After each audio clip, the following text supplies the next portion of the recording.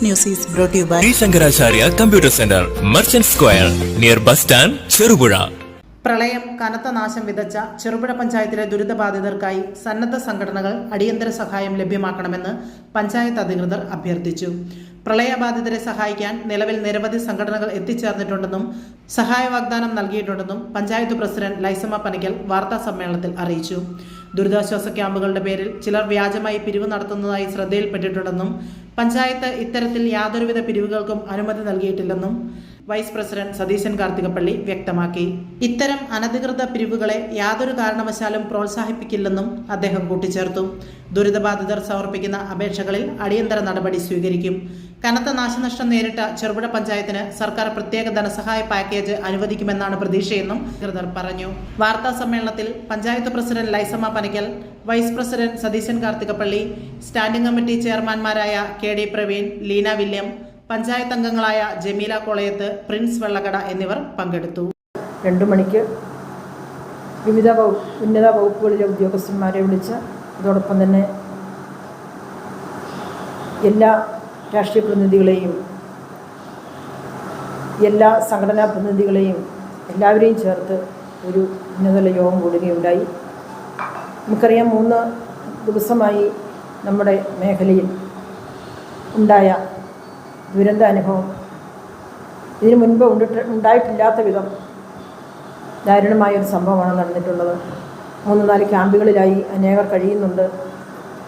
അവർക്കെല്ലാവർക്കും ഭക്ഷണം എത്തിക്കുവാനും കുറേയൊക്കെ വസ്ത്രങ്ങൾ എത്തിക്കാനും ഒക്കെ നമുക്ക് സാധിച്ചു. അതോടൊപ്പം തന്നെയാണ് നമ്മുടെ റാഫ്റ്റിംഗ് മേഖലയിൽ ഒരാളെ കാണാതായിട്ടുള്ളത്. അതിനായുള്ള തിരച്ചിൽ നടക്കുകയാണ്. ഇന്നലെയും ഇന്നുമൊക്കെയായിട്ട് കളക്ടറുടെ നേതൃത്വത്തിലുമൊക്കെ അവിടെ പോയിട്ടുണ്ടായിരുന്നു. ഇന്നും കാനമ്പയിലിൽ നിന്നും അമിതമായ വെള്ളം നദിയിലൂടെ ഒഴുകി വരുന്നുണ്ടെന്ന് അറിയിച്ചതുകൊണ്ട് 2 മണി ആയ സമയത്ത് തെരച്ചിൽ നിർത്തിവെക്കാൻ ആവശ്യപ്പെട്ടിട്ടുണ്ട്. ആ വെള്ളം കുറയുന്ന സമയത്ത് വീണ്ടും അവർ തെരച്ചിൽ തുടരാനാണ് നിശ്ചയിച്ചിട്ടുള്ളത്. അതോടൊപ്പം തന്നെ നമുക്കറിയാം, ഈ ക്യാമ്പുകളിൽ കഴിഞ്ഞ് ക്യാമ്പുകളിൽ നിന്നും അവർ വീടുകളിലേക്ക് പോകുമ്പോൾ അവരുടെ വീടുകളിലൊന്നും ഒന്നുമില്ലാത്ത ഒരവസ്ഥയാണുള്ളത്. സകലതും നഷ്ടപ്പെട്ടവരാണ്. പാത്രങ്ങൾ തൊട്ട് എല്ലാം നഷ്ടപ്പെട്ടു പോയി. അപ്പം ഇനിയും ചെന്ന് അവർക്ക് വീടുകൾ നഷ്ടപ്പെട്ടു, വാടകയ്ക്ക് പോകേണ്ടവരുണ്ട്. ഇതിനെല്ലാം ഒരു പരിഹാരം നമുക്ക് കാണേണ്ടതുണ്ട്. അതിനെല്ലാം എല്ലാ സന്നദ്ധ സംഘടനകളുടെയും സഹായം അഭ്യർത്ഥിക്കുകയാണ്. ഇതിനോടകം തന്നെ പല സംഘടനകളുമായിട്ട് ബന്ധപ്പെട്ടിട്ടുണ്ടായിരുന്നു, മെസ്സേജുകൾ പാസ് ചെയ്തിട്ടുണ്ടായിരുന്നു. അതിൻ്റെയൊക്കെ അടിസ്ഥാനത്തിൽ കുറേ സന്നദ്ധ സംഘടനകൾ സഹായഹസ്തവുമായിട്ട് വരാമെന്ന് ഏറ്റിട്ടുണ്ട്. ക്യാമ്പുകളിൽ നിന്നും വീടുകളിലേക്ക് പോകുമ്പോൾ അവർക്ക് വേണ്ട സാധനങ്ങൾ എല്ലാം നമ്മൾക്ക് കൊടുക്കേണ്ടതുണ്ട്.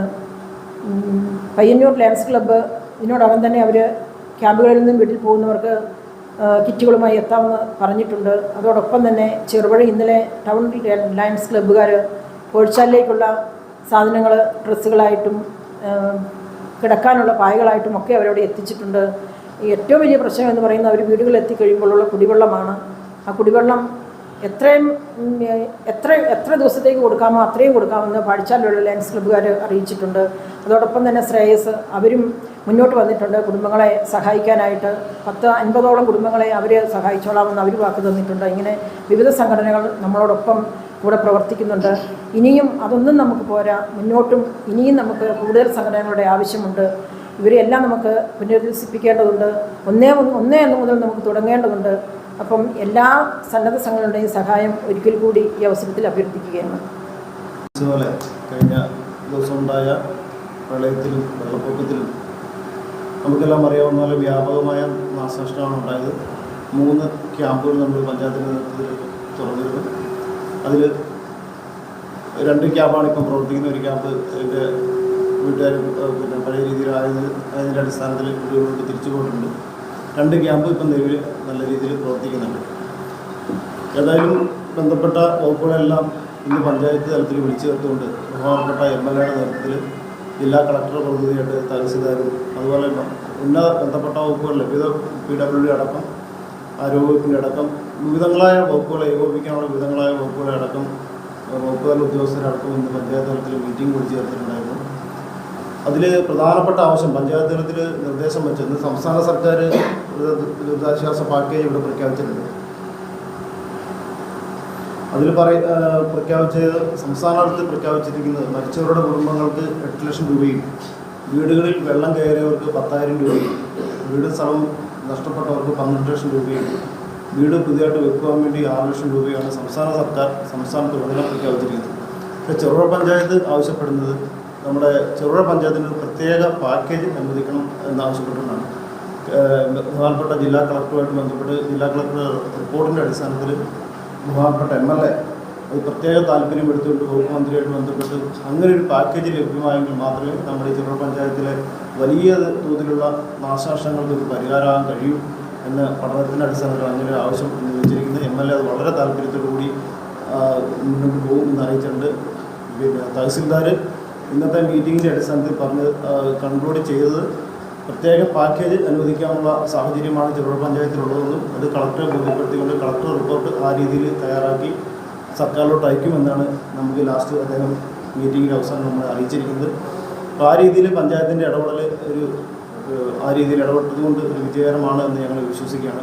അതോടൊപ്പം തന്നെ പഞ്ചായത്ത് തലത്തിൽ ചെയ്യേണ്ട സാഹചര്യം ഈ റവന്യൂ വകുപ്പിലാണ് ഇതിൻ്റെ അപേക്ഷ കൊടുക്കേണ്ടതെങ്കിലും ജനങ്ങൾക്ക് കൂടുതൽ സൗകര്യത്തിന് വേണ്ടി ദുരിതാശ്വാസവുമായിട്ട് ബന്ധപ്പെട്ട് ഏകദേശം 1 മുതൽ 10 വരെ വാർഡുകൾ, അതിൽ 5-6 വാർഡുകളാണ് കൂടുതലും ദുരിതം അനുഭവിക്കുന്നത്. ആ വാർഡുകൾ പ്രത്യേകമായി അവിടുത്തെ ജനപ്രതിനിധികളുടെ നേതൃത്വത്തിൽ ക്യാമ്പുകൾ തുറക്കുവാനും ക്യാമ്പുകൾ ഉദ്ദേശിച്ച് ഇതുപോലെ നാശനഷ്ടമായ വീടുകളുടെ വിവരങ്ങളും അതുപോലെ നാശനഷ്ടങ്ങളുടെ വിവരങ്ങളൊക്കെ പിന്നെ പോർട്ടലിൽ കൊടുക്കാൻ വേണ്ടി ജനപ്രതിനിധികളുടെ നേതൃത്വത്തിൽ ഒരു ഏകദിനം അല്ലെങ്കിൽ ആവശ്യമായ ദിവസങ്ങളിൽ അപേക്ഷ സ്വീകരിക്കുന്ന ഒരു ക്യാമ്പ് ഇവിടെ നാളെ തന്നെ എൻ്റെ നടപടിയിലോട്ട് മുമ്പോട്ട് പോകും.